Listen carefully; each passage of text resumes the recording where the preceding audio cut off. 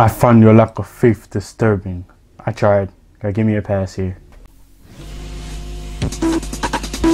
Hey guys, thank you for joining the quest again today, and I'm glad you guys are here. This time I'm reviewing my favorite movie in the whole Star Wars franchise, A New Hope Episode 4. Initially it wasn't called A New Hope Episode 4, but since it got the sequels and everything else, they had to call it something. And this right here is definitely my favorite Star Wars movie. Everything about it, just the atmosphere, the characters. This is an amazing movie. And for those new to the channel, I do a Star Wars review once a month, just leading up to The Force Awakens. So the movie opens with this iconic scene with the Star Destroyer coming through. And the first few characters we see are, guess who? C-3PO and R2-D2. And yes, they're still the same bumbling robots we had from the first three, even though this came out before the first three. We also get the Darth Vader entrance with all the smoke and glares. This is the best entrance I've ever seen for a villain. I'm just putting that out there. The movie opens up with Darth Vader trying to get these plans for the Death Star, and Princess Leia has something to do with it. So the first act really revolves around trying to save Leia and figure out what she does and who she is. When Leia gets captured, R2-D2 and C-3PO, they decide to leave and they go looking to give this message to Obi-Wan Kenobi, which is who the message was sent for by Princess Leia. And guess what they run into? They run into Luke Skywalker. He's not a Skywalker yet as we will know him, but he will sure turn out to be one. And what I really like about this whole film and how it portrays Luke is that it really shows a great character arc from farm boy all the way to being like a young apprentice to Obi-Wan or such, and learning the ways of the Force. And I think that's really good in my opinion. We also get the iconic image of Luke looking onto the two moons on his planet Tatooine. It's really iconic. I'm pretty sure you guys have all seen it. This is where it comes from for those that don't know. So later on in the movie, Luke runs into Obi-Wan Kenobi, who basically knows his father, Anakin Skywalker, and tells him about their relationship.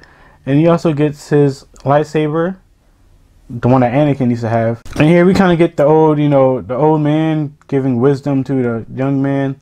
We see that a lot in films. I think this film really does that really well. It's another reason why I like it. We get the iconic Darth Vader scene with the whole, I find your lack of faith disturbing. I really like that scene.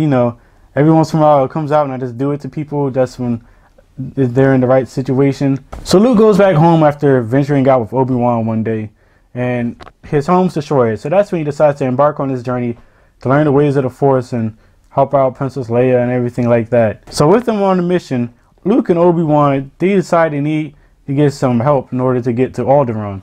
And guess who they run into? Han Solo and Chewbacca. Han Solo is a really beloved character in the whole Star Wars universe. He's just that badass, that anti-hero that everybody wants to be. And his friend Chewie is basically like the pet dog, but also like the interrelationship between Tarkin and Vader. Tarkin's really like one of the few people that can talk to Vader the way he does. So it's really interesting to see that. And I would say, if you're interested to see their chemistry, I highly suggest the Tarkin book, which is canon right now. You really get the background, in-depth story about how Tarkin came to be, who he was, and how his relationship with Darth Vader and why he can't talk to him. It's set between like episodes 4 and episodes. It's set between episode 3 and episode 4. So definitely check that out if you can. Now, I saw the special edition. I haven't seen the original edition, so there were some scenes that kind of stood out. A lot of CGI every once in a while. Like there's a CGI figure when Luke's trying to buy C-3PO and R2-D2 just because they think they need them for some help for their droids. Creatures kind of look out of place. I don't know why George Lucas decided to put some CGI there.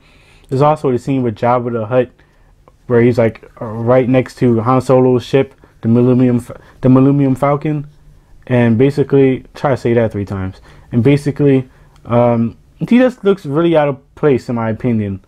Just the way the whole frame looks, he kind of looks like something from 1990 that was put into a 1970s film, and that's exactly what it is basically.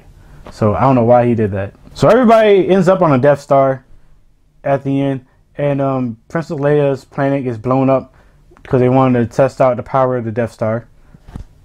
When everybody gets on the ship, they all pretend to be stormtroopers just to blend in and just try to save Princess Leia. And I think that's really cool. We also get to see Darth Vader versus Obi-Wan Kenobi, the matchup between former master and former apprentice. We really just get to see what happens and how they really felt since episode 3.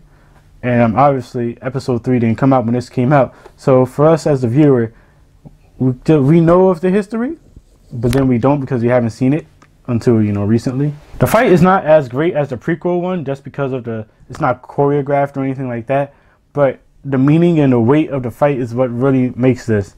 And Obi-Wan pretty much sacrifices himself and become like a force figure or something, because we hear him later on in stories and trilogies. And at the end, Luke is like in this group of pilots in order to destroy the Death Star. And, you know, there's this point where he has to decide to use the technology or use the Force. And Obi-Wan comes to his head and he's like, use the Force, Luke. And, you know, Luke decides to blow up the Death Star without the use of the technology.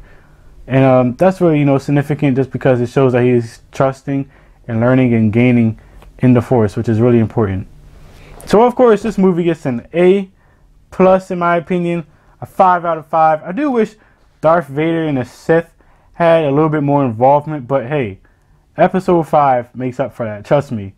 And I know episode 5 is everybody's favorite, but to me this one is my favorite just because of the arc, as I said earlier, with Luke Skywalker and his beginnings from farmer to learning in the Force, the whole help between Obi-Wan and him, that chemistry, thought that was cool. Bringing in people like Han Solo and Chewbacca just to basically be some like tension relievers, and also R2-D2 and C-3PO scenes, they're great too for the comedy. So, have you seen episode 4? If you have, comment below and I want to know, what do you think of episode 4? Is it better than episode 5 and 6? Again, comment below with your thoughts. If you're new to my channel, subscribe. Again, I am your host Marquise Underwood, and join the quest.